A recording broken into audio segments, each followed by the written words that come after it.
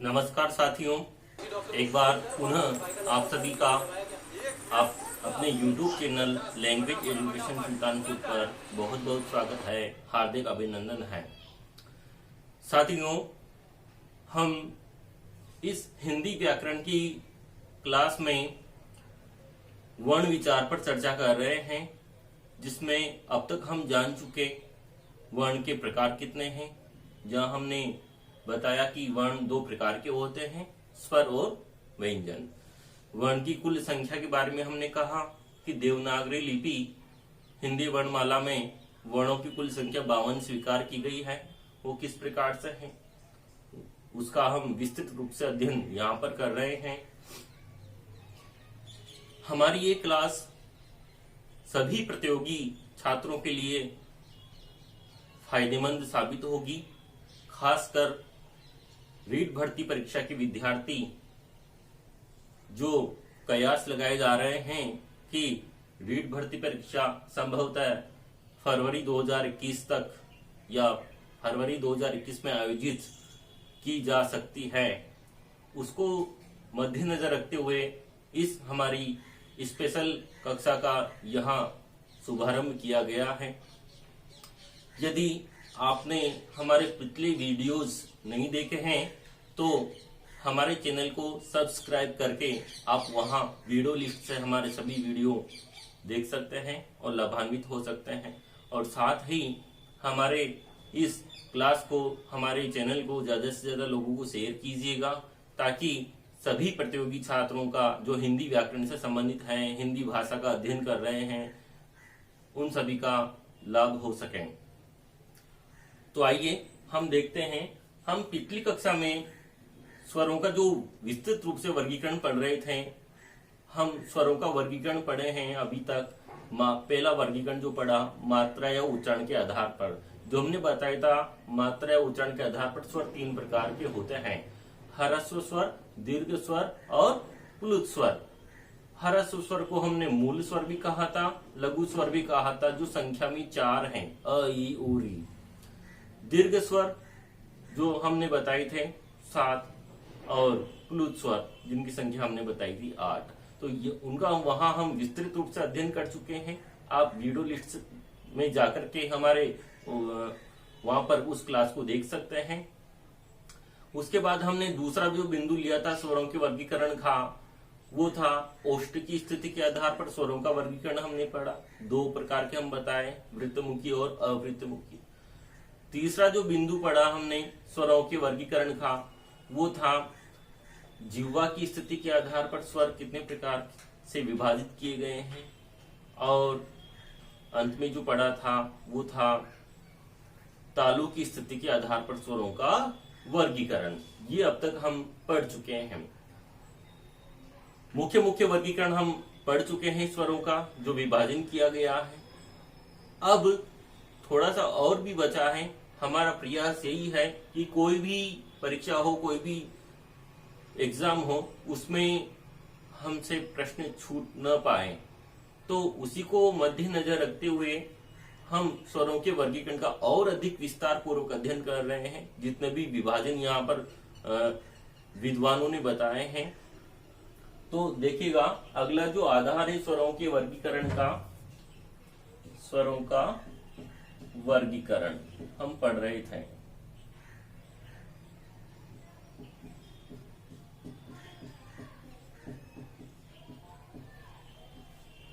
उसमें आज हम पढ़ेंगे जाति के आधार पर स्वरों का वर्गीकरण। जाति के आधार पर स्वरों का वर्गीकरण कितने प्रकार से है। जाति के आधार पर स्वरों को 2 भागों में विभाजित किया जा सकता है। एक तो सजातीय स्वर और एक होंगे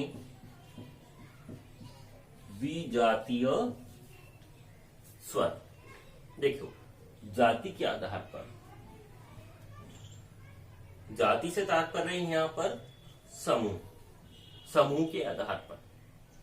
समूह भी हम कह सकते हैं कि हमारे पास जो कुल 11 स्वर हैं, उन 11 स्वरों में से कौन से ऐसे स्वर हैं जिनका जोड़ा बनता है, समूह बनता है, युग्म बनता है? कौन से ऐसे स्वर हैं जिनका युग्म बनता है और कौन से ऐसे स्वर हैं जिनका युग्म नहीं बनता, जोड़ा नहीं बनता, जो समूह में नहीं होते? तो जाति से तात्पर्य यहाँ समूह से है, समुदाय से है। तो उस स्थिति के आधार पर हमारे पास स्वरों का वर्गीकरण दो प्रकार से आता है, एक तो सजातीय स्वर और एक विजातीय स्वर। जातीय शब्द के पहले यहाँ स उपसर्ग जुड़ा है, स उपसर्ग जो यहाँ आया है समान अर्थ में, सजातीय समान जाति वाले स्वर, ऐसे स्वर जिनकी जाति एक समान है, जो एक युग्म के रूप में रहते हैं, एक जोड़े के रूप में रहते हैं। विजातीय, यहाँ वि उपसर्ग जुड़ा है आगे, जो वि उपसर्ग भिन्न अर्थ में आता है, अन्य अर्थ में आता है। तो इसका अर्थ हुआ कि ऐसे स्वर जिनकी जाति भिन्न भिन्न होती है, अलग अलग होती है, वो विजातीय स्वर कहलाएंगे। अब हमें देखना ये होगा कि सजातीय स्वर कौन से होंगे और विजातीय स्वर कौन से होंगे। सजाति समान जाति वाले स्वर कौन कौन से हैं? हम चर्चा कर चुके हैं कि जाति से मतलब है समुदाय, समूह, यानी ऐसे स्वर जो हमेशा युग्म के रूप में रहते हैं, जिनका युग्म बन सकता है, जोड़ा बन सकता है। कौन कौन से? देखिए, पहले तो वही 11 स्वर, हमें 11 स्वरों से हम परिचित हैं भली भांति। तो सजातीय और विजातीय स्वर को निकालने में हमें कोई कष्ट नहीं होगा, समस्या का सामना नहीं करना पड़ेगा। तो आइए देखिए, पहले तो हमारे पास 11 स्वर जो कौन कौन से थे, अ, आ, ई, उ, री, ए, ऐ, ओ, औ। ये हमारे पास 11 स्वर थे। अब देखिएगा किन स्वरों का जोड़ा बन सकता है। एक तो आ का जोड़ा बन सकता है। समान स्वर, समान स्वर की परिभाषा कहां दी गई है? दीर्घ संधि के अंतर्गत, कि जब दो समान स्वरों का आपस में योग होता है, मेल होता है, तो वहां हम कहते हैं दीर्घ संधि। तो संधि में हम इसकी विस्तार से और अधिक चर्चा करेंगे। तो हम कहे हैं कि दीर्घ संधि में दो समान स्वरों का योग होता है, तो दो समान स्वर जहां योग होगा वही स्वर कहलाएंगे सजाति। तो आ का योग होने पर वहां दीर्घ संधि में आ ही बनता है, तो इनका हम कह सकते हैं एक युग्म हुआ, एक जोड़ा है अ और आ का। ई का ये भी एक जोड़ा है, ई ये भी एक समूह है। दीर्घ संधि में दोनों एक समान स्वर स्वीकार किए गए हैं, समान स्वर हैं दोनों, ई और ई दोनों समान स्वर हैं। समान स्वरों का मेल होने पर दीर्घ ई हमें प्राप्त होता है दीर्घ संधि में, तो ये भी समान। उ ये भी एक समान स्वर है, ये भी दीर्घ संधि में हमें प्राप्त होते हैं। तो हम कह सकते हैं कि हमारे पास तीन जोड़े ऐसे हैं, ये तीन जोड़े जो सजातीय स्वर हैं, इनका युग्म बनता है। आगे देखिएगा, री का युग्म बनता है नहीं, री तो एक अकेला ही स्वर है, क्योंकि हम पिछली क्लास में बात कर चुके हैं कि हिंदी भाषा में हमें री का दीर्घ रूप कतई प्राप्त नहीं होता है। दीर्घ नितांत अभाव है दीर्घ री का, दीर्घ री होता ही नहीं है, तो इसका जोड़ा नहीं बन सकता, स्वाभाविक है। ये सजातीय स्वर में नहीं रखा जाएगा। अब आता है ए ऐ, क्या ये सजातीय स्वर हो सकते हैं? ये चर्चा का विषय होगा। क्या ये सजातीय स्वर हो सकते हैं? दोनों एक जैसे हैं दिखाई देने में, लेकिन हम बात किए हैं कि जहां समान स्वरों का आपस में योग होता है वही सजातीय स्वर कहलाते हैं, जहां समान स्वरों का आपस में योग होता है। हम देखें ए कहां बनता है, कौन सी संधि में हमें प्राप्त होता है? गुण संधि में, अ प्लस ई बराबर ए, ये गुण संधि में हमें प्राप्त होता है। गुण संधि की परिभाषा होती है कि प्रथम शब्द के अंत में अ आ हो और द्वितीय शब्द का पहला वर्ण ई उ री हूं तो अ और ई का योग होकर के विकार रूप में हमें प्राप्त होता है ए। तो इस प्रकार से हमें वहां ए प्राप्त होता है, जबकि आई, ये आई जो है कहां प्राप्त होता है हमें, वृद्धि संधि के अंतर्गत। इस प्रकार से अ आ का योग यदि ए, अ आ का योग यदि ए से हो तो हमें प्राप्त होगा आई। वृद्धि संधि की परिभाषा है कि अ आ का योग यदि ए से हो तो ए से हो चाहे ऐ से हो तो हमें विकार रूप में प्राप्त होगा आई। तो आप भली भांति जान चुके होंगे आई तो हमें प्राप्त होता है गुण संधि में, जबकि आई प्राप्त होता है कहां, ए तो प्राप्त होता है गुण संधि में, जबकि आई प्राप्त होता है कहां, वृद्धि संधि के अंतर्गत। तो ये तो गुण संधि में आता है और ये वृद्धि संधि में आता है। तो कैसे सहजातीय हो सकते हैं दोनों आपस में, ये गुण रूप में प्राप्त हुआ, ये वृद्धि रूप में प्राप्त हुआ, तो दोनों क्या हुए, विजातीय हुए। इन्हें हम सजातीय समान स्वर नहीं कह सकते। समान स्वर, जहां समान स्वर होने पर तो दीर्घ संधि ही होगी। तो हम कह सकते हैं कि 11 में से ऐसे स्वर जो दीर्घ संधि में हमें विकार रूप में प्राप्त होते हैं वही सजाति होंगे।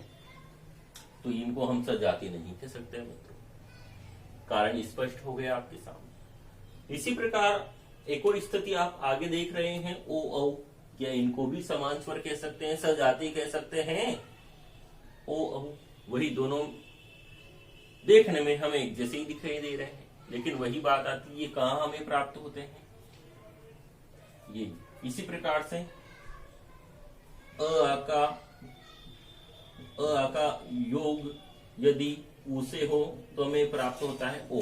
कहां पर, गुण संधि में। गुण संधि में कहा है, अ आ का योग यदि ई उ री से हो तो अ आ का योग यदि ई से हो तो ए विकार रूप में प्राप्त होगा, अ आ का योग यदि उ से हो तो विकार रूप में प्राप्त होता है ओ। ओ विकार रूप में प्राप्त होता है। तो ये कहां मिला हमें, गुण संधि में, गुण संधि में मिला।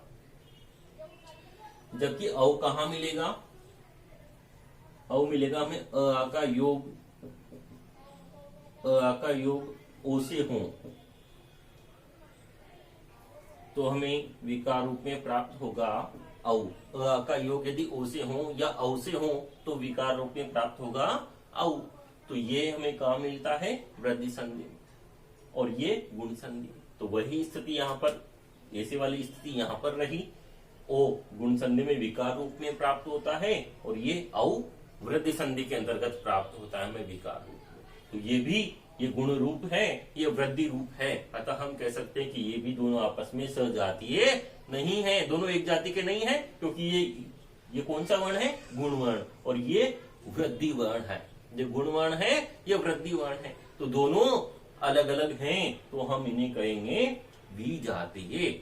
जबकि अ आ, ये दीर्घ रूप, ये दीर्घ में प्राप्त होता है और ये भी हमें दीर्घ में प्राप्त होता है। ये दीर्घ में प्राप्त होता है, ये भी दीर्घ में प्राप्त होता है, ये दीर्घ में और ये भी दीर्घ में प्राप्त। इन तीन जोड़ों के अलावा हमारे पास ऐसा कोई भी स्वर नहीं आया है जो हमें एक ही संधि के अंतर्गत प्राप्त होता हो। तो हम कह सकते हैं कि 11 स्वरों में से 3 ही जोड़े ऐसे हैं जो हमें दीर्घ संधि में सजातीय होंगे, सजातीय स्वर कहे जाएंगे, और बाकी सभी विजातीय होंगे। अब बात आती कि हमें प्रश्न यहां से कैसे पूछा जाएगा। प्रश्न यहां से कैसे पूछा जाएगा, हमें विकल्प दे दिए, अ प्लस ई, ए आई, तीसरा है ई, और चौथा विकल्प दे दिया हमें उ औ। निम्न विकल्पों में से सजातीय स्वर या सजातीय समूह वाला विकल्प चयन कीजिए। नीचे दिए गए विकल्पों में से सजातीय स्वर समूह वाला विकल्प चयन कीजिए। तो कौन से विकल्प का चयन करेंगे हम? सजातीय समूह स्वर वाला। तो सजातीय समूह कौन सा है? ये गुण में अ और ई दोनों का कोई योग नहीं है। ए आई मैंने बताया ये गुण रूप में होता है, ये वृद्धि रूप में होता है, जबकि ये दोनों दीर्घ रूप में है, दीर्घ संधि में प्राप्त होते हैं। तो ये ही हमारा सजातीय स्वर समूह है, जबकि ये भी नहीं है, दोनों अलग अलग हैं। ये गुण में, ये वृद्धि में होता है। तो इस प्रकार से हमसे प्रश्न यदि पूछ लिया जाए तो केवल हमें यही याद रखना है, ये इनमें से एक जोड़ा हो, इनमें से एक जोड़ा हो और इसमें से एक जोड़ा हो, तीनों में से कोई सा भी एक जोड़ा साथ में आ रहा हो तो ही हम सजातीय कहेंगे, अन्यथा उस स्थिति में हम कहेंगे विजातीय स्वर। ये सभी विजातीय, ये विजातीय हैं, ये विजातीय हैं, ये विजातीय हैं। तो केवल ये तीन जोड़े ही सजातीय होंगे। तो ये जाति के आधार पर हमारा स्वरों का वर्गीकरण था। आप इसका स्क्रीनशॉट ले लीजिए।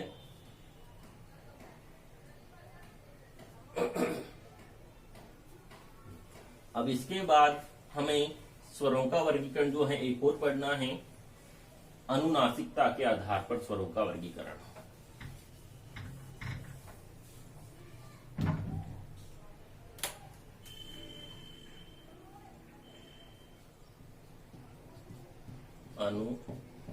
अनुनासिकता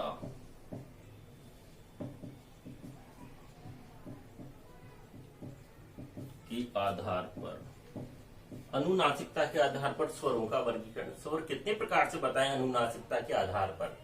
देखिए, अनुनासिकता के आधार पर भी स्वर दो प्रकार के बताए हैं।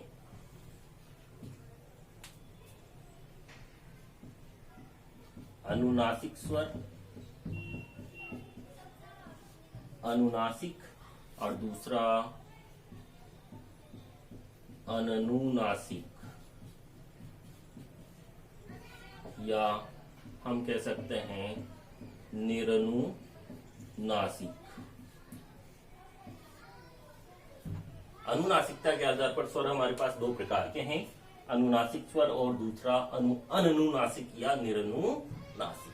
देखो, बहुत सारे विद्यार्थी यहाँ भ्रमित हो सकते हैं कि ये चीज क्या है अनुनासिकता, अनुनासिक क्या होता है।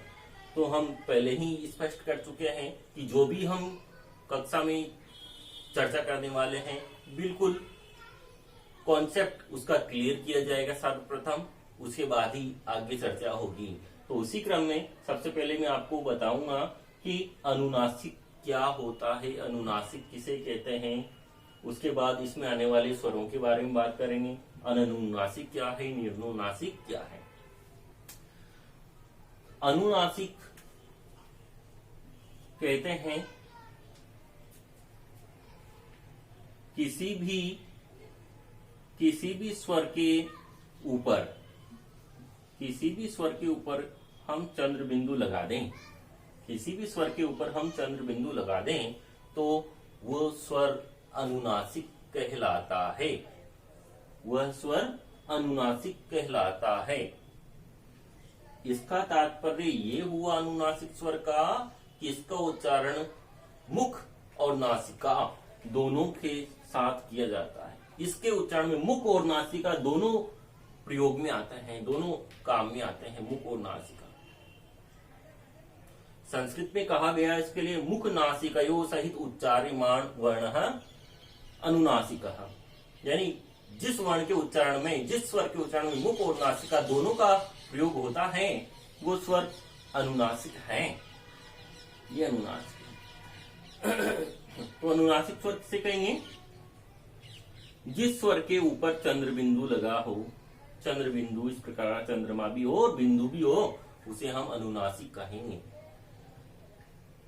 अब हिंदी में तो आपको इस अनुनासिक शब्द का प्रयोग थोड़ा कम देखने को मिलता है, कम सुनने को मिलता है। इसकी जगह अनुनासिक शब्द की जगह हम जो शब्द इस्तेमाल में लाते हैं वो शब्द होता है चंद्र बिंदु। चंद्र बिंदु, ऊपर चंद्र बिंदु लगा है, सीधा सीधा हम जो कहते हैं चंद्र बिंदु, है ना। तो अनुनासिक को ही चंद्र बिंदु कहा जाता है, या हम कह सकते हैं कि चंद्र बिंदु का जो चिन्ह है उसे ही हम अनुनासिक के नाम से जानते हैं। और चंद्र बिंदु कहाँ पाया जाता है, कौन सी भाषा में पाया जाता है? केवल और केवल हिंदी भाषा में चंद्र बिंदु का प्रयोग होता है, हिंदी भाषा में। क्योंकि चंद्र बिंदु जो है शब्द, हम जो शब्द विचार पढ़ेंगे उत्पत्ति के आधार पर, स्रोत के आधार पर, तो वहां जानेंगे तत्सम और तद्भव देशज विदेशज शब्दों के बारे में। तो ये चंद्र बिंदु जो है तद्भव है। तद्भव यानी हम कहते हैं कि जिस शब्द के जिस स्वर के ऊपर चंद्र बिंदु लगा है, जिस वर्ण के ऊपर चंद्र बिंदु लगा है, वो स्वर हमेशा तद्भव होगा। जिस शब्द में चंद्र बिंदु लगा है वो शब्द हमेशा तद्भव कहलाएगा। वहां हम जो है तत्सम और तद्भव शब्दों की पहचान के नियम पढ़ते हैं। जैसे कि हमें दे दिया आंख, आंख शब्द तत्सम है कि तद्भव है, तो हम बिना समय व्यर्थ गंवाए कह सकते हैं कि ये शब्द तो तद्भव है, क्योंकि जिस शब्द के ऊपर चंद्र बिंदु लगा है वो हमेशा और हमेशा तद्भव ही होगा। क्योंकि चंद्र बिंदु का इस्तेमाल केवल हिंदी भाषा में ही होता है, संस्कृत भाषा में कदापि नहीं। संस्कृत भाषा में केवल अनुस्वार का प्रयोग होता है और वो अनुस्वार माना जाता है तत्सम। तत्सम क्योंकि संस्कृत के शब्द क्या माने गए? तत्सम, और हिंदी की शब्द तद्भव। तो हम कह सकते हैं, यहाँ पर एक और पॉइंट जोड़ सकते हैं कि तद्भव का विलोम होगा तत्सम। तत्सम तद्भव का विलोम या तत्सम का विलोम तद्भव हुआ, क्योंकि तत्सम शब्द संस्कृत में प्रयोग होते हैं और तद्भव शब्द हिंदी में प्रयोग होते हैं।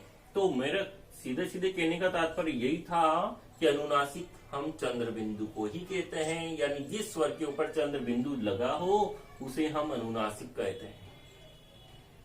यहां तक आपको अच्छी तरह से भली भांति बात समझ में आ गई होगी। अब हम चले अनुनासिक या निर्नुनासिक की तरफ। अनुनासिक देखो कैसे बना है। अनुनासिक अनुपसर्ग जुड़ा है। अनुनासिक शब्द का विच्छेदन करेंगे हम, अन प्लस अनुनासिक, ये अन प्लस अनुनासिक, अन प्लस अनुनासिक, अनुपसर्ग नहीं अर्थ में आता है। जैसे अनावश्यक शब्द होता है अन, वो अन प्लस अनुनासिक। अनुनासिक शब्द का अर्थ हम ग्रहण कर चुके कि जिस शब्द के ऊपर जिस स्वर के ऊपर या शब्द के ऊपर चंद्र बिंदु लगा हो वो अनुनासिक।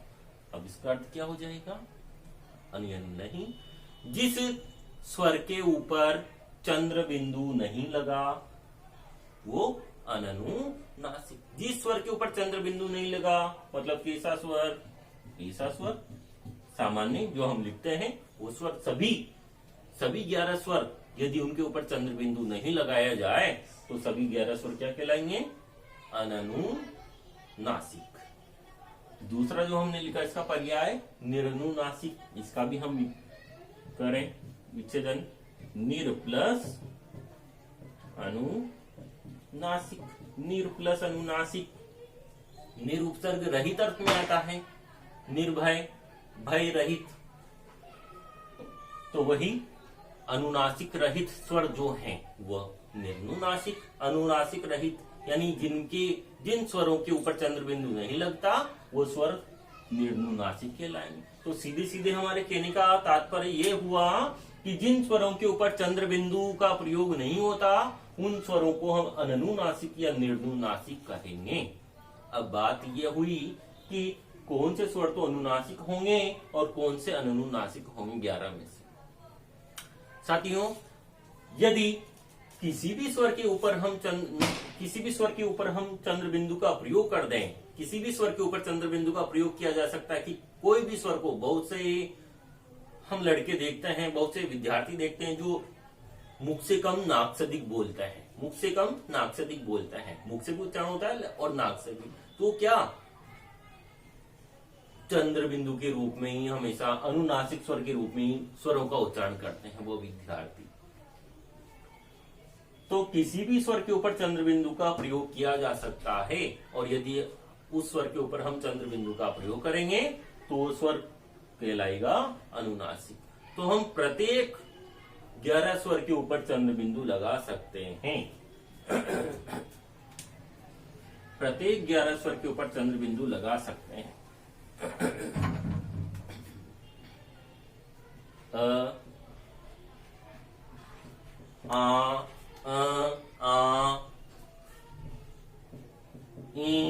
इस प्रकार से।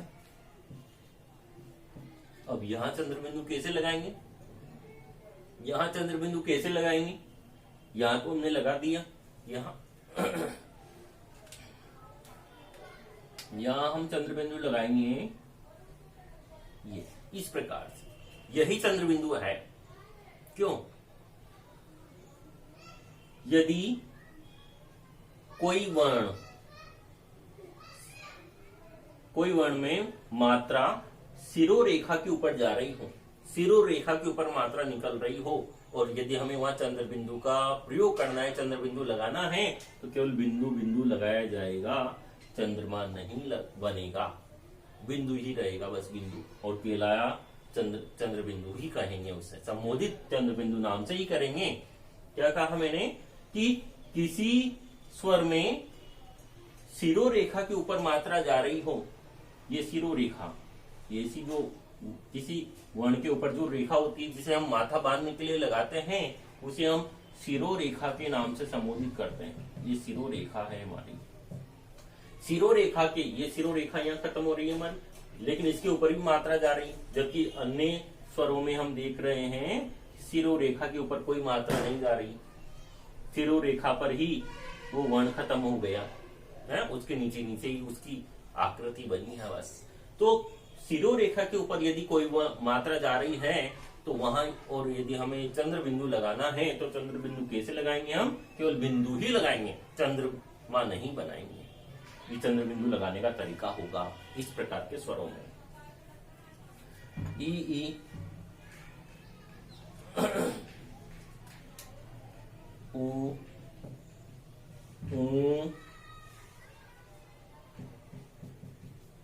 नी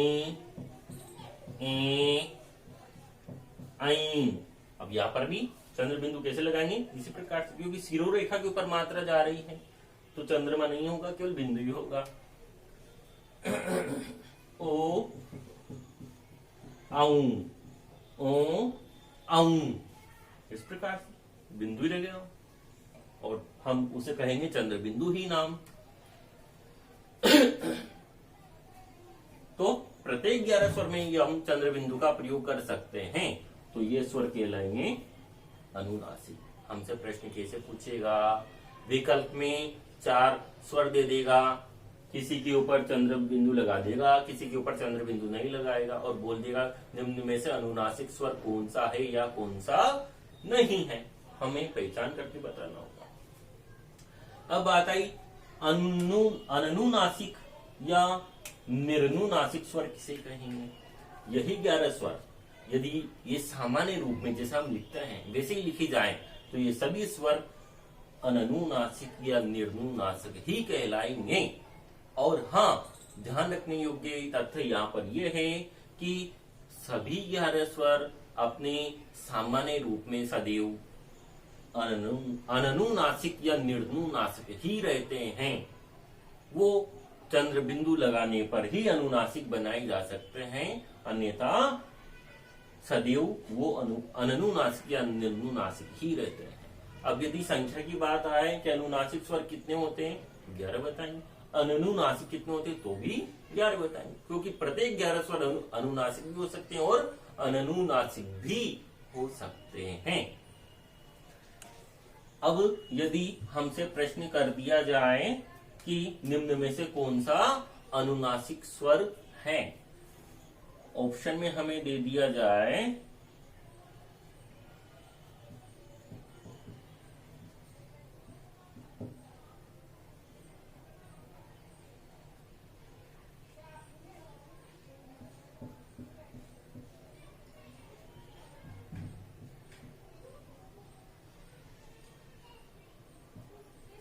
निम्न में से कौन सा स्वर अनुनासिक नहीं है, या कह दिया जाए निम्न में से कौन सा स्वर निरनुनासिक है, अननुनासिक है। तो हमारा जवाब होना चाहिए ये। बिल्कुल सीधा है, सीधा तो है, लेकिन हमें पता होगा कि अननुनासिक या निर्नुनासिक किसे कहते हैं, तभी हम इसका जवाब दे पाएंगे। है अन्यथा हमें लग रहा है भाई इसमें ये सामान्य वर्ण है, लेकिन यदि इसकी परिभाषा में पता नहीं है अननुनासिक क्या होता है, निर्नुनासिक क्या होता है, तब तक हम इसका जवाब देने में असमर्थ होंगे। इसलिए ये चीजें भी जानना जरूरी था। इस प्रकार से हमारा प्रश्न हो सकता है। तो ये अनुनासिकता के आधार पर स्वरों का वर्गीकरण हुआ। इसी के आधार और यही जो है हमारा स्वरों का वर्गीकरण, बिल्कुल हमने विस्तार रूप में इसको अध्ययन किया, पढ़ा है, और ये आपका स्वरों का वर्गीकरण पूरा हो जाता है। फिर भी यदि आपको कोई शंका रही हो, संदेह रहा हो कहीं पर भी, वैसे तो मैंने जानता हूं कि यहां पर आप क्वेश्चन पुटअप नहीं कर सकते, इसीलिए एक छोटी से छोटी चीज को बिल्कुल मैंने बताने का प्रयास किया है कि आपके मन में कोई शंका का प्रश्न ही नहीं रहे। फिर भी यदि आपके मन में किसी प्रश्न को लेकर के शंका हो, डाउट हो, तो कमेंट बॉक्स में लिख करके आप मुझे अवगत करा सकते हैं। मैं आपको उसका समाधान करने का बिल्कुल प्रयास करूंगा। अब हम पढ़ेंगे देवनागरी लिपि हिंदी वर्णमाला के अनुसार हमने जो वर्णों की कुल संख्या 52 स्वीकार की थी, 52 बताई थी, उनमें से हम पहली जो है स्वर 11 जो बताए थे उसका हम विस्तार पूर्वक अध्ययन कर चुके हैं। उसके बाद जो दूसरा बिंदु बताया था हमने 52 वर्णों के लिए, वो था अयोगवाह वर्ण। अयोगवाह वर्ण, अयोगवाह। अयोगवाह वर्ण किसे कहते हैं, इसकी परिभाषा क्या है, कौन कौन से अयोगवाह वर्ण होते हैं, ये भी हम जानने वाले हैं। देखो, सबसे पहले तो इसकी जो परिभाषा है अयोगवाह की, योग शब्द के आगे अवसर जुड़ा है जो नहीं अर्थ में आता है। योगवाह, योग का मतलब होता है जोड़ या मेल, जो जिसका मेल हो जाता है वो तो योगवाह। और अयोगवाह जिसका किसी के साथ मेल नहीं खाता, जो किसी के साथ एडजस्ट नहीं हो पाता, सीधे सीधे हम कहें तो ये, यानी ऐसे वर्ण जिनका न तो स्वर के साथ योग हो पाता है न ही व्यंजन के साथ योग हो पाता है, उन्हें हम अयोगवाह वर्ण कहते हैं। दो वर्ण हैं ये ऐसे, अंग और अह, अंग और अह। अब हम कहें कि ऐसे वर्ण जिनका स्वर के साथ भी योग नहीं होता और व्यंजन के साथ भी, स्वर के साथ नहीं होता, इनका योग क्यों नहीं होता, क्यों हम इन्हें स्वर में नहीं रखे हैं, इनको तीसरा नाम अलग से दिया गया अयोगवाह। न तो स्वर कहा न व्यंजन का, स्वर में क्यों नहीं रखा इनको, क्योंकि स्वर की हमने परिभाषा दी है कि ऐसे वर्ण जिनको स्वतंत्र रूप से उच्चारित कर सकते हैं बगैर किसी अन्य वर्ण की सहायता के, वे ही वर्ण स्वर कहे जाते हैं। जैसे अ, आ, ई, उ, री, ए, ओ, ऐ, ओ है, इनका उच्चारण हम बिना किसी अन्य वर्ण की सहायता से करते हैं स्वतंत्र रूप से, वही स्वर कहलाते हैं। क्या इनका उच्चारण स्वतंत्र रूप से कर पाना संभव है? नहीं। अंग, अंग इसको बोलने के लिए नासिका का उपयोग हमें लेना होगा। ये जो आप शिरोरेखा के ऊपर ये जो बिंदु देख रहे हो, इसे हमने क्या नाम दिया है? अनुस्वार। शिरोरेखा के ऊपर जो बिंदु लगता है उसे हम अनुस्वार कहते हैं, है? तो इसका उच्चारण करने के लिए हमें अनुस्वारी नासिका की आवश्यकता पड़ रही है? तो इसकी सहायता लेनी पड़ रही है। तो सहायता लेनी पड़ रही, तो ये स्वर नहीं है, क्योंकि स्वर के लिए तो किसी की सहायता नहीं होती अपेक्षित। अंग, अह, ये अह को बोलने के लिए जो ये दो बिंदियां हैं जिनको हम विसर्ग के नाम से जानते हैं, संस्कृत में इनका प्रयोग हमें देखने को मिलता है।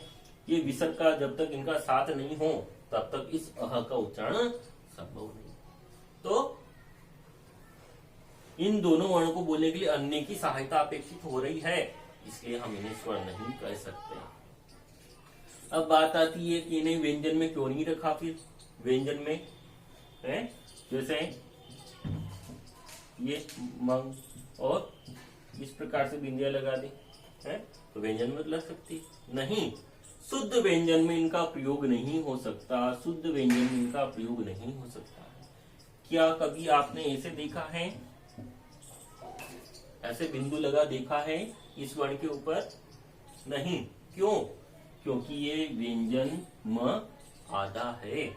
आधा है क्योंकि किसी भी वर्ण को हम पूरा लिख दें और उसके नीचे ऐसी तिरछी रेखा लगा दें तो उस तिरछी रेखा को हम संबोधित करते हैं हलंत के नाम से, हलंत के नाम से। और ये हलंत हमें बताता है कि ये व्यंजन, ये वर्ण जो है स्वर रहित है, इसमें कोई भी स्वर नहीं मिला है, स्वर रहित है बिल्कुल ये वर्ण, ये स्वर रहित है, कोई भी वर्ण इसमें नहीं मिला है।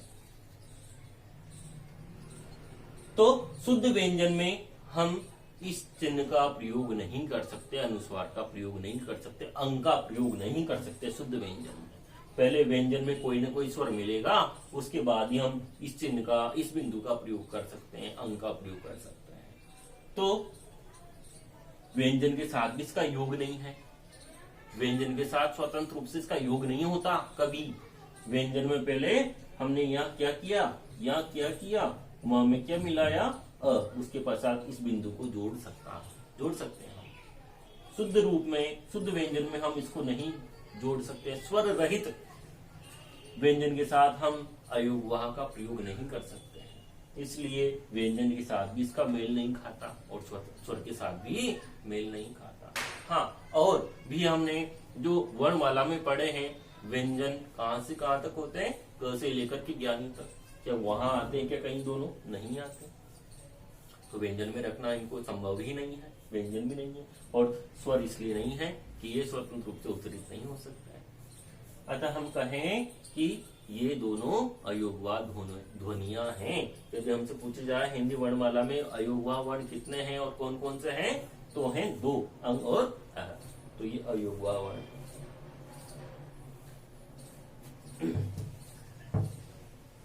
अब जो तीसरा बिंदु लिया था हमने 52 वर्णों की जानकारी के लिए, वो तीसरा बिंदु लिया था हमने जो बहुत ही महत्वपूर्ण है, व्यंजन। व्यंजन साथियों, हम स्वर और व्यंजन बहुत पहले पढ़ चुके हैं, छोटी छोटी कक्षाओं में पढ़ चुके हैं। इनको हमें पढ़ने के लिए फिर आवश्यकता क्यों आन पड़ी? क्योंकि वहां हम छोटी कक्षाओं में जो अध्ययन किए थे केवल रटंत पद्धति के रूप में, केवल हमने इनको रटा था, याद किया था, समझने का बिल्कुल तनिक भी प्रयास नहीं किया, क्योंकि हम उस अवस्था में थे ही नहीं। ये हमें बिल्कुल पता भी नहीं होता कि आगे जाकर ही हमें ये छोटी कक्षाओं की चीजें फिर से पढ़नी होगी किसी एक पद प्राप्ति के लिए या उच्च शिक्षित होने के लिए। क्योंकि अब जो हम कॉम्पिटिशन की तैयारी कर रहे हैं, वहां इनका एक बारीकी से अध्ययन करना जरूरी है, क्योंकि बहुत ही सूक्ष्म तरीके से हमसे प्रश्न पूछ लिए जाते हैं। उन्हीं को मद्देनजर रखते हुए हम इनका विस्तार से और बिल्कुल बारीक पहलू से अध्ययन कर रहे हैं। तो देखिएगा, सबसे पहले तो हम व्यंजन देखो किसे कहते हैं व्यंजन, व्यंजन की परिभाषा क्या होती है। व्यंजन सबसे सीधी जो इसकी परिभाषा है वो है कि ऐसे वर्ण जिन्हें उच्चारित करने के लिए, जिन्हें बोलने के लिए किसी अन्य वर्ण की सहायता नहीं लेनी पड़ती। ऐसे व्यंजन, ऐसे वर्ण जिनको बोलने के लिए किसी अन्य वर्ण की सहायता लेनी पड़ती है। अन्य वर्ण से तात्पर्य स्वर। जिन वर्णों को बोलने के लिए स्वर की सहायता लेनी पड़ती है उन्हें हम व्यंजन कहते हैं। यानी बिना स्वरों की सहायता के व्यंजनों का उच्चारण कदापि संभव नहीं है, कभी भी संभव नहीं हो सकता इनका उच्चारण कर पाना बिना स्वर की सहायता के। देखिए ये है प। अभी बताया मैंने, नीचे तिरछी रेखा लगी मतलब स्वर रहित है, ये शुद्ध व्यंजन है। क्या आप इसका उच्चारण कर सकते हैं? बिल्कुल नहीं। क्यों नहीं?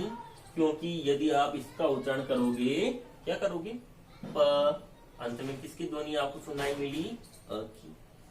अंत में ध्वनि अ की सुनाई मिली, मतलब स्वर इसमें जुड़ गया।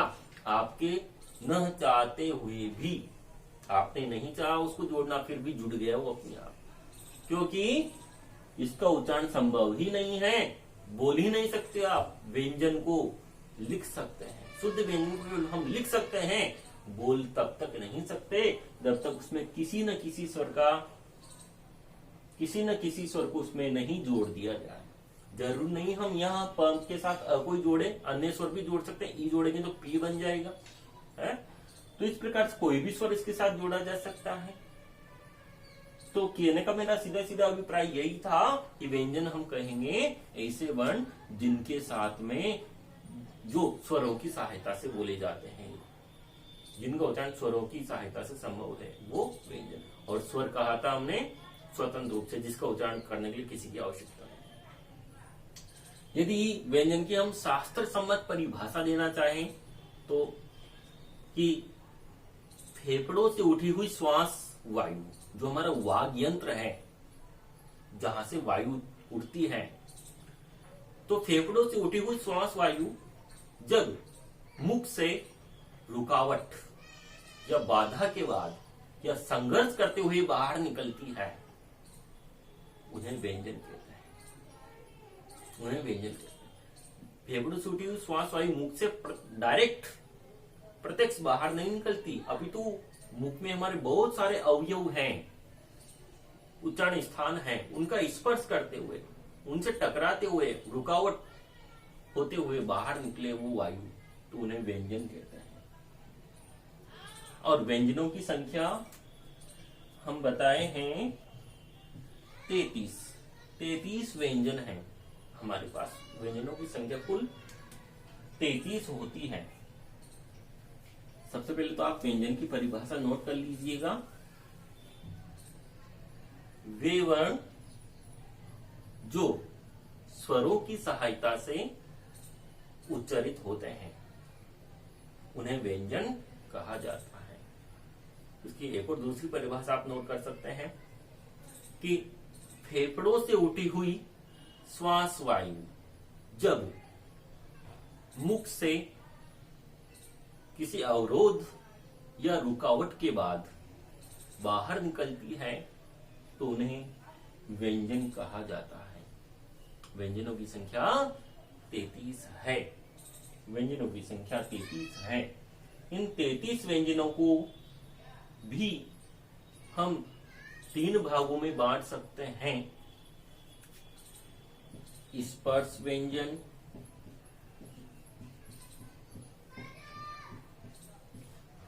दूसरा है अंतस्थ व्यंजन, और तीसरा ऊष्म व्यंजन। 3 भागों में हम 33 व्यंजनों को बांट सकते हैं। स्पर्श व्यंजन जिनकी संख्या रहेगी 25, इनकी संख्या 4, और ऊष्म व्यंजनों की संख्या 4। तो इस प्रकार से ये 25, 4, 29 और 4 33 व्यंजन हमारे पास होंगे। हम इनका क्रमिक रूप से अध्ययन करेंगे। सबसे पहले हम बात करते हैं स्पर्श व्यंजनों की। 25 जो है,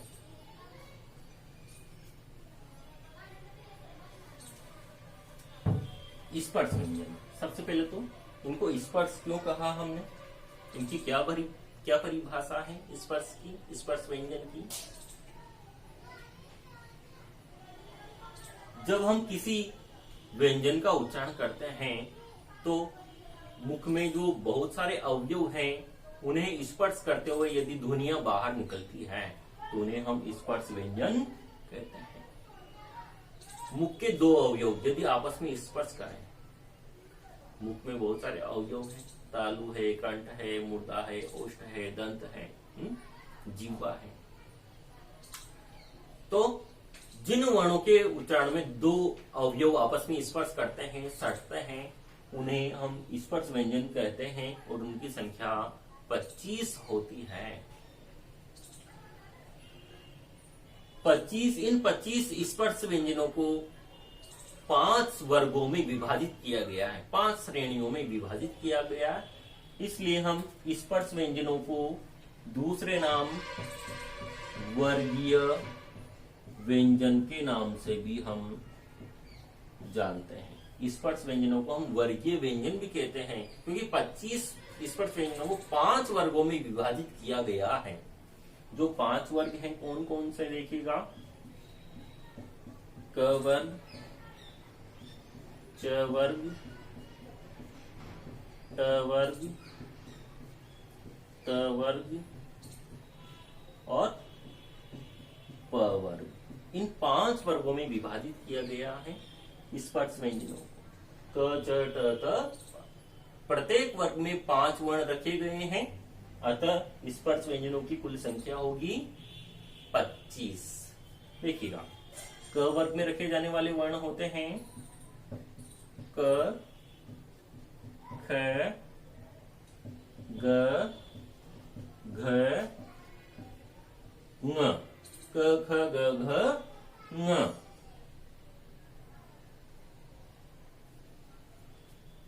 च वर्ग में होने वाले च, छ, ज, झ और ञ। ट वर्ग में आने वाले हैं ट, ठ, ड, ढ और अण। प वर्ग में है प, फ, ब, भ और ये 25 स्पर्श व्यंजन हैं आपकी इस प्रकार से। देखिए, ये पहला वर्ण,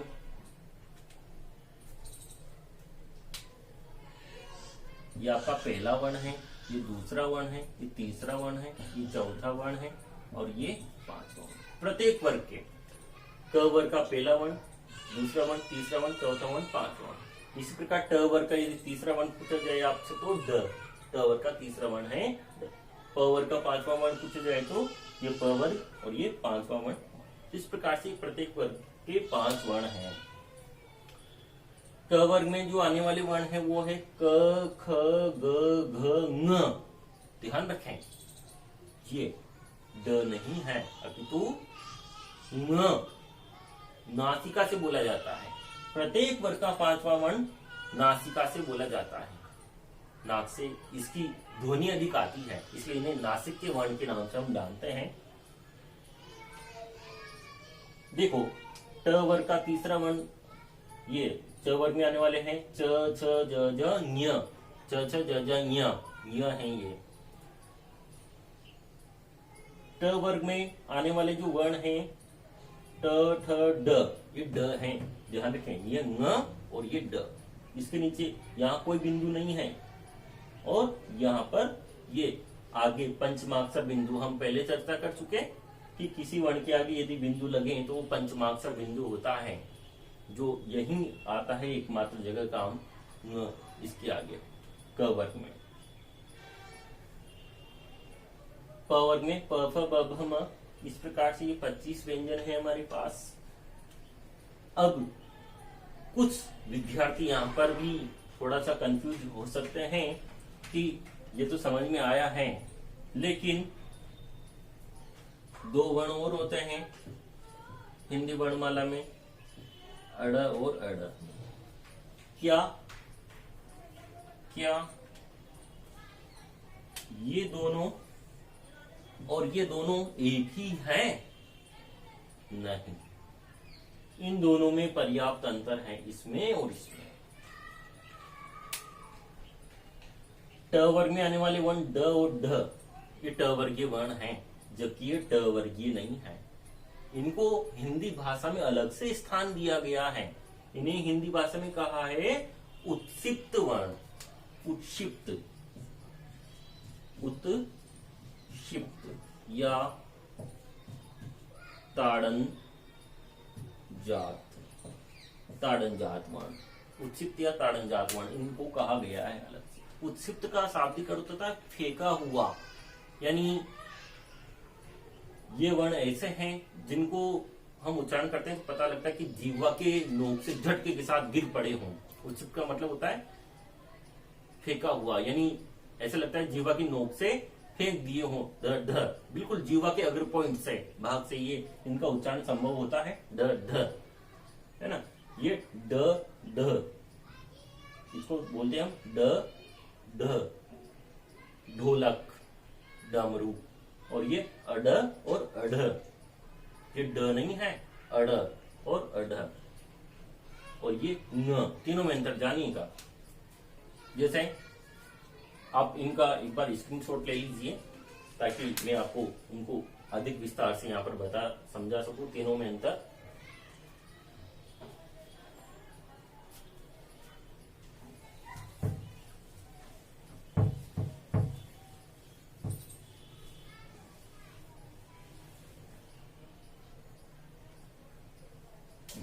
अब हम बात कर रहे थे ये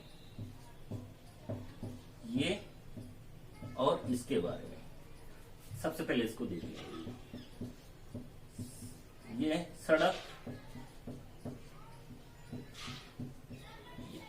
इसको हम पढ़ेंगे, इसका उच्चारण करेंगे सड़क, सड़क, अड़, अड़ आकी। किसकी आवाज आ रही है हमें, इसकी ध्वनि आ रही है सड़क, ड की नहीं, सड़क, सड़क थोड़ी पढ़ेंगे हम इसको, सड़क नहीं पढ़ते, सड़क, अड़ की आवाज है, इसलिए हम इसको बोलेंगे अड़।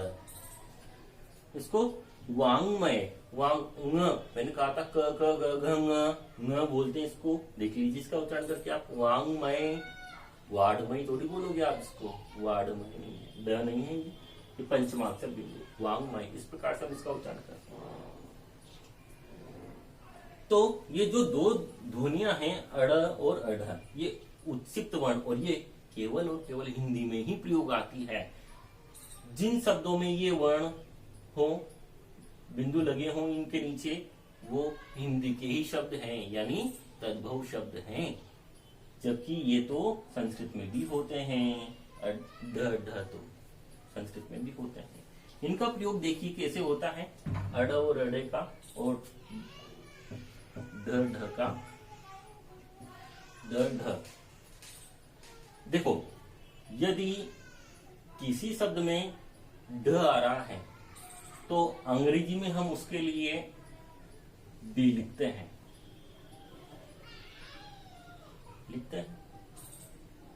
और यदि अड़ आ रहा है तो उसके लिए हम लिखेंगे डी आर, डी आर, अड़ के लिए। अड़ के लिए हम इंग्लिश में, अंग्रेजी में क्या लिखते हैं, डी आर। और अड़ के लिए लिखेंगे R H, sorry D R नहीं, केवल आर ही लिखेंगे। अड़ के लिए लिखेंगे केवल आर, और अढ़ के लिए लिखेंगे आर एच अंग्रेजी भाषा में। और एक और खास बात मैं आपको बताऊं कि ये जो अड़ और अड़ है, इनसे किसी भी हिंदी शब्द का आरंभ नहीं होता, ये आरंभ में नहीं आते, ये शब्द के मध्य में ही आएंगे सदैव। शब्द का आरंभ इनसे तो हो सकता है लेकिन इनसे नहीं होता, ये शब्द के मध्य में ही आते हैं सदैव। जैसे मैंने अभी आपको एक उदाहरण बताया था, सड़क, इस प्रकार।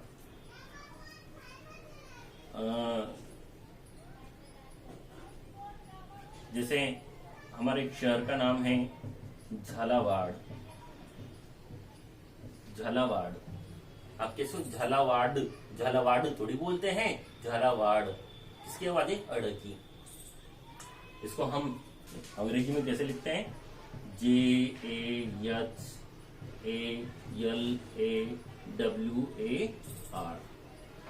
हमने क्या पढ़ा, अड़ के लिए इंग्लिश में क्या लिखा जाएगा, आर, झालावाड़, झालावाड़। डी नहीं आएगा यहाँ, डी नहीं लिखते हम। क्यों नहीं लिखते, यही कारण है कि झालावाड़ ड नहीं है वो, अभी तो अड़ है। हम समझ सकते हैं अंग्रेजी भाषा में यदि आर लिखा हुआ है तो उसका मतलब अड़ लिखा जाना चाहिए हिंदी में चाहिए। अड़ के लिए जैसे आर्यस लिखते हैं, जैसे हमारे एक शब्द होता है गढ़, हम कहते हैं गढ़, गढ़ पैलेस कोटा है, तो गढ़। अब इसको कैसे लिखते हैं हम? GARH, ऐसे लिखते हैं GARH। तो हमने कहा आर्यस लिखा जाएगा इसके लिए। तो यदि अंग्रेजी भाषा में आर्यस लिखा हुआ हो तो हिंदी में हम उसे लिखेंगे ढ, अड़, है ना, अड़। और यदि डी है तो फिर वो लिखा जाएगा।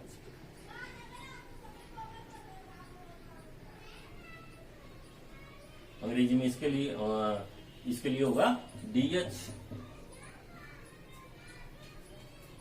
तो इस प्रकार से इनका प्रयोग होता है और ये शब्द के मध्य में आएंगे। इनसे किसी शब्द का आरंभ नहीं होता, जबकि इनसे शब्दों का आरंभ होता है। ढोलक है, डमरू है, इत्यादि शब्द है। जबकि ये शब्द, ये वर्ण जो है शब्द के मध्य में ही हमें देखने को मिलते हैं ज्यादातर। कोई भी जैसे गढ़ है, झालावाड़ है, बाड़मेर ले लीजिए आप, है, बहुत सारे हमारे शहरों के नाम है। बाड़मेर हम क्या लिखते हैं वहां? BARMER, बाड़मेर है। तो अड़े की जगह वहां भी हमने क्या लिखा? आर, बाड़मेर।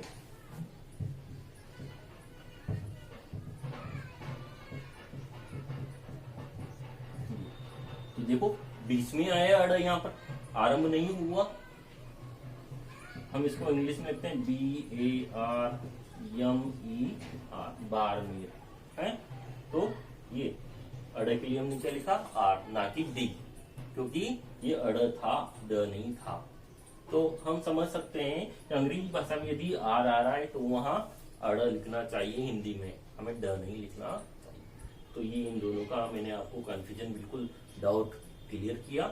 आशा है आपको भली भांति अच्छे से समझ में आ गया होगा। इसके बाद आगे चर्चा विस्तृत में हम अगली कक्षा में करेंगे इसको लेकर के। आज के लिए इतना ही। आप सभी का बहुत बहुत धन्यवाद। आपको यदि हमारी ये क्लास पसंद आई हो तो इसे ज्यादा से ज्यादा शेयर करें, लाइक करें और चैनल को सब्सक्राइब करें ताकि सभी विद्यार्थियों का फायदा हो सके। बहुत बहुत धन्यवाद।